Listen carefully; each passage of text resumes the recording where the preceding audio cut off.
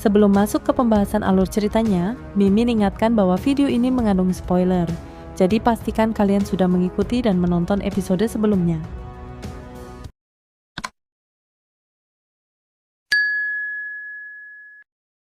Shihao mempercepat langkah, dan seperti yang diduganya, ia melihat pemandangan ganjil. Sebuah kolam kecil yang memancarkan aura keberuntungan, diselimuti aroma manis. Di dalamnya samar terlihat sebatang tanaman spiritual yang tampak seolah hidup. Tiba-tiba, tanaman itu meloncat keluar dari kolam, berubah menjadi makhluk mungil bercahaya lalu kabur menembus kehampaan. Shihao segera bereaksi, melepaskan kekuatan surgawi untuk menghentikannya. Namun, makhluk itu terlalu cepat, lenyap ke dalam gua purba tanpa jejak. Obat umur panjang, gumamnya kecewa.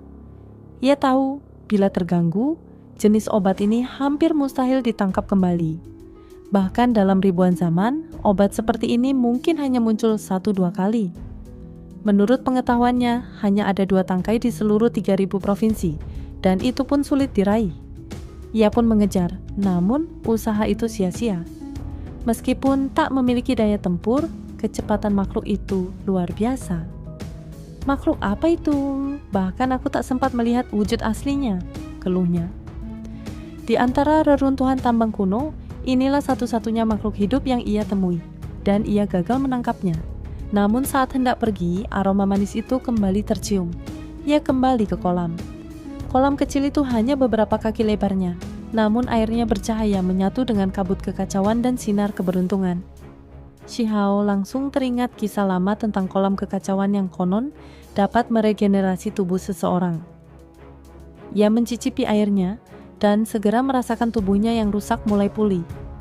Di dasar kolam, ia menemukan sisa-sisa dedaunan, batang dan akar yang telah melebur menjadi satu dengan air. Benar saja, bisiknya. Ini adalah bekas peluruhan dari obat umur panjang yang tengah mengalami kelahiran kembali menanggalkan kulit lamanya. Air ini menjadi cairan obat alami yang langka. Ia pun segera membentuk formasi untuk menjaga agar esensinya tidak menguap, lalu meminum lagi cairan itu. Efeknya luar biasa, menyembuhkan luka-luka dalam tubuhnya seketika.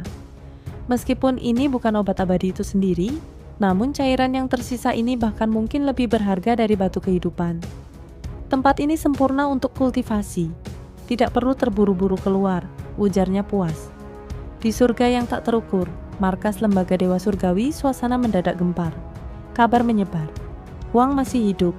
Shihao ternyata selamat dari medan pertempuran terdalam, dan kini telah tiba di surga tak terukur. Banyak yang terkejut, karena sebelumnya dia dianggap telah mati dalam bentrokan besar di kota Kaisar. Apalagi Shihao dikenal sebagai pengolah 3 helai energi abadi, eksistensi langka yang membuatnya terkenal bahkan sebelum menginjakkan kaki di lembaga itu. Namun berita lainnya menyusul. Shihao dikirim ke tambang kuno asal sebagai budak atas perintah Yuan Qing. Para tokoh senior dari lembaga segera bertindak, menyusul ke tambang. Di tempat itu mereka mengetahui nasib Shihao. Ia dijual, diperlakukan tidak adil, dan dikira telah gugur. Astaga, dia benar-benar binasa? Seru salah satu dari mereka, wajahnya pucat. Mereka menahan diri untuk tidak membantai siapapun, tapi amarah mereka jelas terlihat. Mereka tetap bertahan di sekitar tambang, berharap keajaiban terjadi, menanti Shihao muncul kembali. Namun hari demi hari berlalu, bulan pun berganti, dan Shihao tak terlihat. Mereka akhirnya kembali membawa berita pahit bahwa seorang jenius langka telah gugur begitu saja. Di lembaga Dewa Surgawi, kabar ini jadi perbincangan hangat.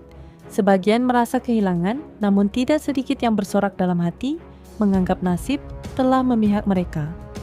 Dia terlambat berbulan-bulan. Kolam darah Phoenix sudah habis. Semua peluang besar telah diambil orang lain. Komentar seorang murid. Keturunan bangsawan pun angkat bicara. Seorang wanita dari klan Wang berkata datar, "Dia melewatkan kesempatan emas, sayang sekali."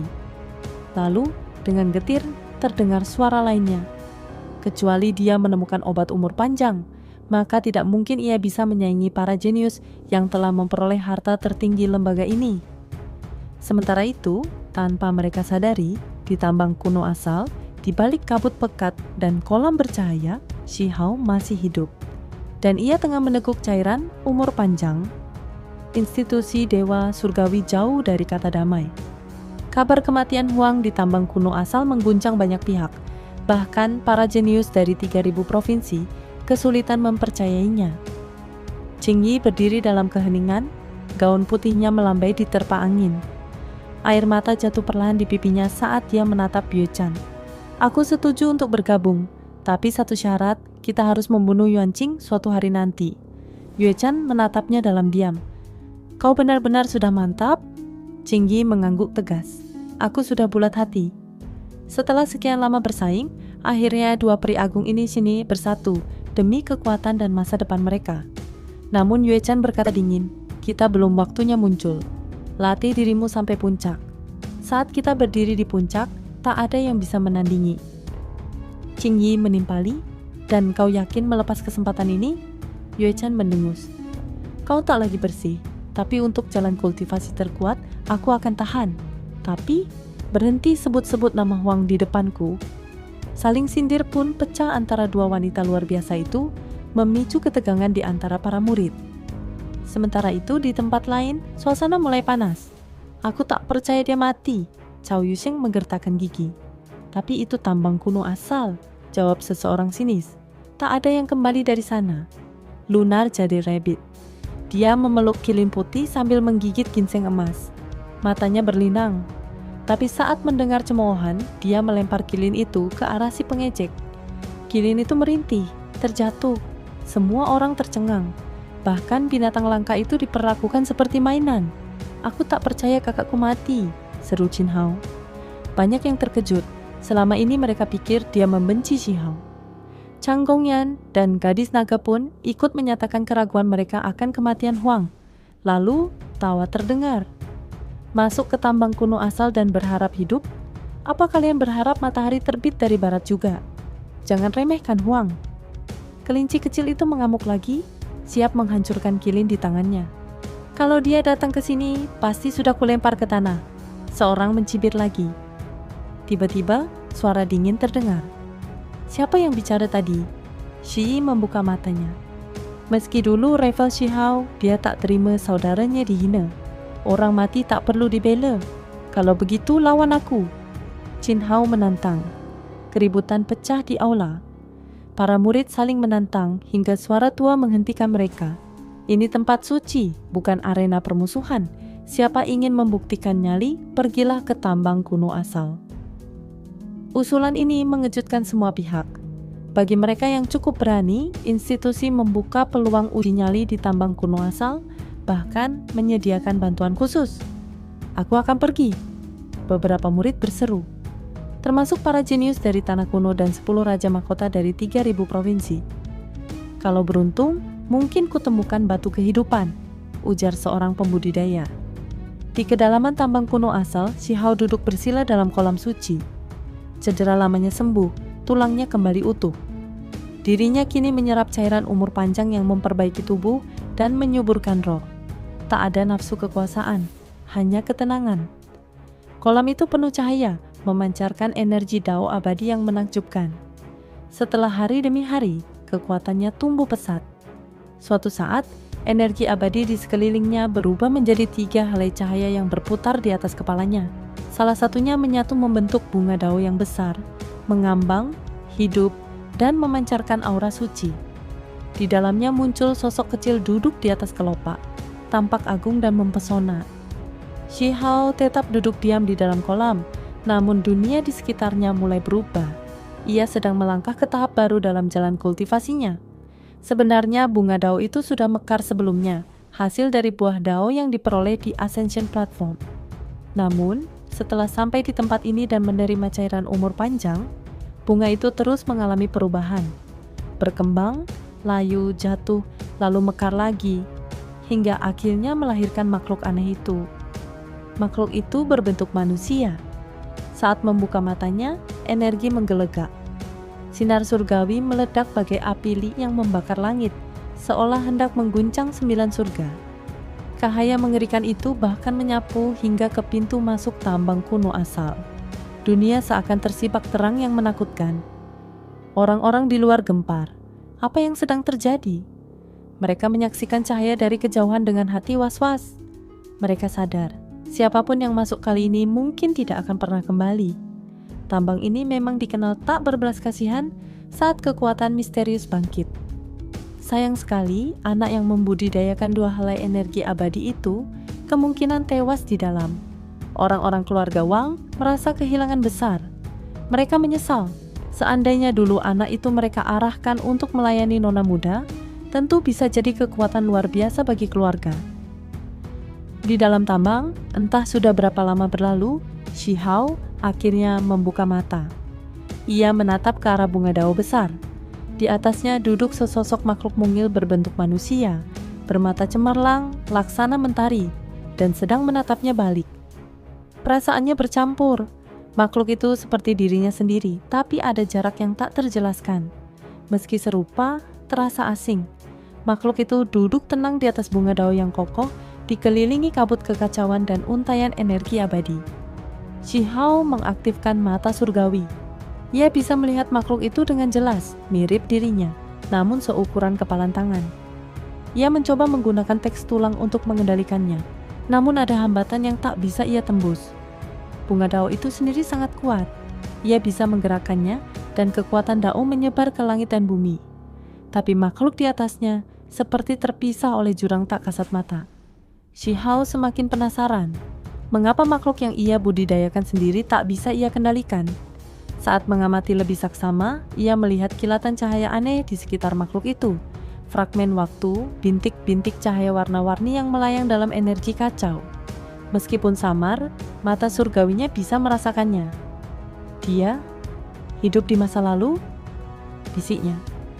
Pikirannya kacau. Mustahil, tapi perasaan itu nyata. Ia menumbuhkan makhluk yang bukan dari masa kini, bukan masa depan, melainkan dari masa lampau. Ia mencoba lagi, tapi waktu seperti menghalangi. Setiap upaya terkendala oleh hujan cahaya dari pecahan masa lalu. Shi Hao sadar, makhluk ini penting. Meski belum bisa dikendalikan, suatu saat akan sangat berguna. Lalu pikirannya teralih, 2 helai energi abadi lainnya.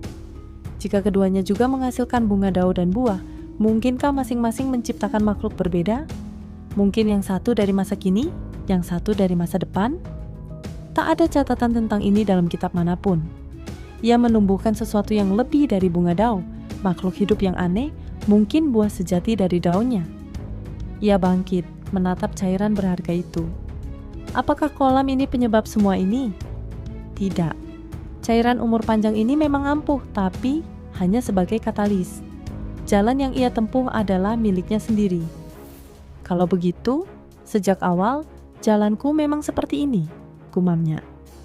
Energi abadi pertama melahirkan inti, menciptakan makhluk. Shi Hao merasa antusias. Jika benar, maka bunga kedua akan menjawab teka-teki berikutnya. Ia memutuskan untuk tetap tinggal. Masih ada lebih dari setengah kolam obat tersisa. Ia akan kembali berkultivasi. Mungkin bisa menumbuhkan bunga dao kedua dan menguji teorinya. Ia tidak boleh tertinggal dari para murid lembaga Dewa Surgawi.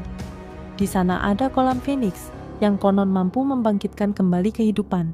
Benda surgawi yang tak bisa diminta begitu saja. Di sisi lain, di langit berbintang yang sunyi, kapal perang tulang putih seukuran gunung meluncur di langit. Mengoyak angkasa, kapal itu menuju Origin Star dan mendarat. Orang-orang dari lembaga Dewa Surgawi datang lagi. Semua kekuatan besar gempar. Tak seorang pun berani meremehkan institusi baru ini, dibangun oleh kekuatan tersembunyi dari 9 surga dan 10 bumi. Anak-anak muda turun dari kapal, mewakili berbagai klan. Penampilan mereka luar biasa, temperamen mereka tak biasa. Para pria tampak heroik, para wanita laksana pria abadi. Para pewaris sejati lembaga Dewa Surgawi, seseorang berseru, Origin Star Geiger. Mereka sadar, inilah para calon penguasa masa depan. Tapi mengapa mereka datang ke tambang kuno? Ini tempat mematikan. Bahkan jenius pun bisa mati sia-sia di sini. Bolehkah saya bertanya, apa tujuan kalian ke sini? Seorang tokoh besar bertanya sopan pada 2 tetua yang ikut turun. Kami datang untuk menguji para generasi muda. Jawab salah satu dari mereka singkat. Semua orang terkejut. Mereka benar-benar hendak mengirim para jenius itu masuk ke tambang mematikan ini? Saat itu, Chow Yucheng mengangkat potret Shihao. Apakah kalian melihat orang ini masuk ke tambang dan belum keluar? Beberapa orang terdiam, tapi anggota keluarga Wang mengangguk, lalu menceritakan semuanya. Jadi dia benar-benar mati di dalam? Gadis naga menghela nafas. Beberapa dari 9 surga menyambut berita itu dengan sindiran. Huang dari Provinsi Dao hanya bisa sombong di dunia bawah, ejek salah satu jenius dunia atas. Namun, Lunar Jade Rabbit tak tinggal diam. Matanya bersinar marah. Kalian sok kuat, tapi berani nggak masuk tambang? Aku yakin suatu saat Huang akan muncul dan menghajarmu sampai tak dikenali orang tuamu sendiri. Itu saja spoiler untuk episode 221 dari Donghua Series Perfect World.